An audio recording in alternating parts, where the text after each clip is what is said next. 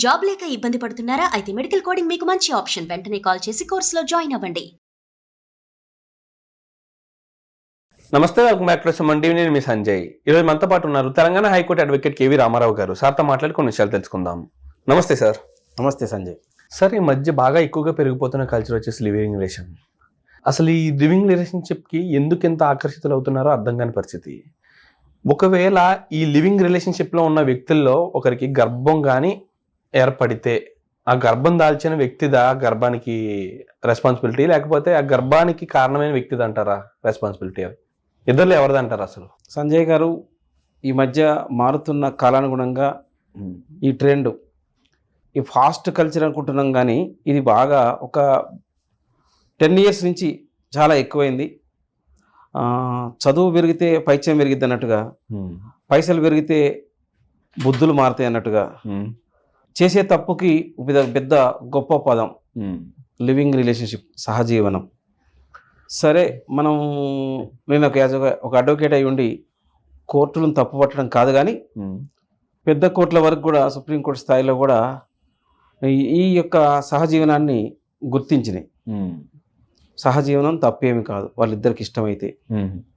ఈ భావన ఏర్పడ్డాక ఇంకా ఎక్కువైపోయింది.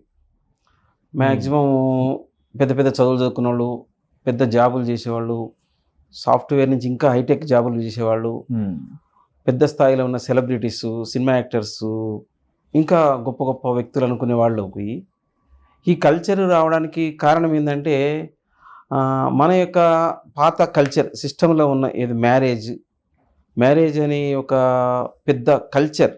ఒక వ్యక్తికి ఇంకొక వ్యక్తికి మ్యారేజ్ చేస్తే ఆ బంధం వారి పిల్లలకి, వాళ్ళ జీవితానికి, ఆ కుటుంబానికి ఆధారమయ్యే ఆ మ్యారేజ్ రిలేషన్షిప్ని లివింగ్ రిలేషన్షిప్గా మార్చేశారు. అసలు ఈ కల్చర్ ఎక్కడ దాకా పోయిందంటే సంజయ్, వాళ్ళకి ఇష్టమైతే కలిసి ఉంటే నెల ఉండొచ్చు, 2 నెలలు ఉండొచ్చు, 6 నెలలు ఉండొచ్చు, అవును, తర్వాత జీవితం కూడా కంటిన్యూ ఉండొచ్చు. అవును, నచ్చకపోతే వాళ్ళు వదిలేయచ్చు. ఇది ఒక కాంట్రాక్ట్ మ్యారేజ్. ఇది ఒక ఏంటంటే ఎంజాయ్ మ్యారేజ్. ఎగ్జాక్ట్లీ. ఇప్పుడున్న యూత్ కూడా పెళ్లి అవ్వలేదా అంటే లివింగ్ లో ఉన్నారు అంటారు తప్పితే 30 ఏళ్ళు వచ్చిన లివింగ్ లో ఉంటున్నారు, 40 ఏళ్ళు వచ్చిన లివింగ్ లో ఉంటున్నారు. పెళ్లి అనే మాట మొత్తం రావట్లేదు వాళ్ళకి. అయితే వాళ్ళ ఉద్దేశం పెళ్ళి అంటే అదొక బంధం. పెళ్ళి అంటే మనం తాళి కడితే అదొక జైలు జీవితం. పెళ్ళి అంటే ఆ కుటుంబాలకు కట్టుబడి ఉండాలి. ఈ లివింగ్ రిలేషన్షిప్ అంటే మా ఇష్టం, నాకు నచ్చితే కలిసి ఉంటాం, నచ్చకపోతే విడిపోతాం. అంటే సార్, ఇప్పుడు ఈ లివింగ్ రిలేషన్షిప్ అనేది ఒక పక్కన పెడితే, అనుకోని విధంగా మధ్యలో ఎవరన్నా, అంటే అనుకోని విధంగా ఆమె ఎవరన్నా గర్భం దాలిస్తే ఏంటి పరిస్థితి? ఇద్దరిలో ఎవరిది బాధ్యత అంటారు? గర్భం దాల్చిన వ్యక్తిది అంటారా, లేకపోతే గర్భానికి కారణమైన వ్యక్తిది అంటారా? సంజయ్ గారు, అసలు వాళ్ళు వెళ్ళేదే ఫాస్ట్ కల్చర్. అవును. మీరు ఈ గర్భం దాల్చటము, వాళ్ళ పిల్లలు, వాళ్ళ ఫ్యూచరు, ఇద్దరు ఎవరి తప్పు?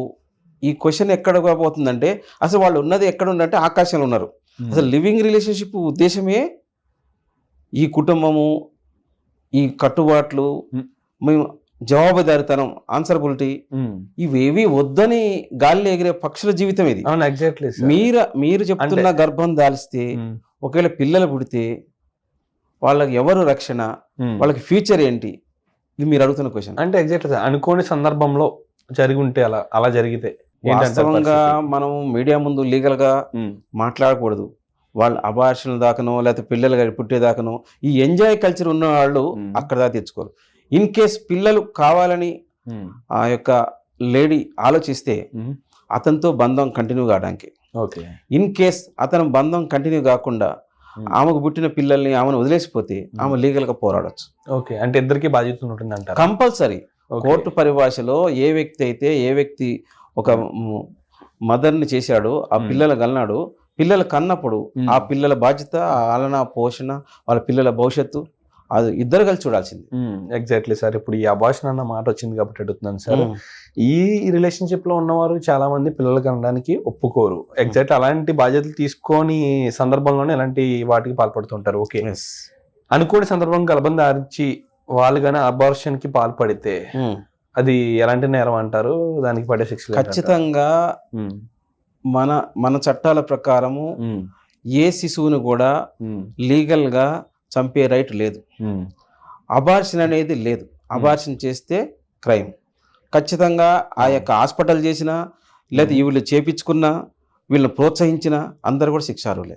అండ్ ముఖ్యంగా మీరు ఏం చెప్తారు దీనిపై మీకు ఉన్న ఉద్దేశం ఏంటి? అసలు లివింగ్ రిలేషన్షిప్కి వైపుగా అడుగులు వేసే వ్యక్తులకు కానీ యూత్కి కానీ మీరు ఏం చెప్పాలనుకుంటున్నారు? వాస్తవంగా ఈ లివింగ్ రిలేషన్షిప్ గత 10-15 సంవత్సరాల నుంచి ఎక్కువైనప్పటికీ ఈ టైప్ ఆఫ్ జీవితాన్ని జీవిస్తే వాళ్ళ ఫ్యూచరే కాదు, వాళ్ళ కన్ని పెంచి పెద్ద చేసిన ఇంత స్థాయి ఇచ్చిన పేరెంట్స్ కూడా మచ్చ తీసుకొచ్చిన వాళ్ళు అవుతారు.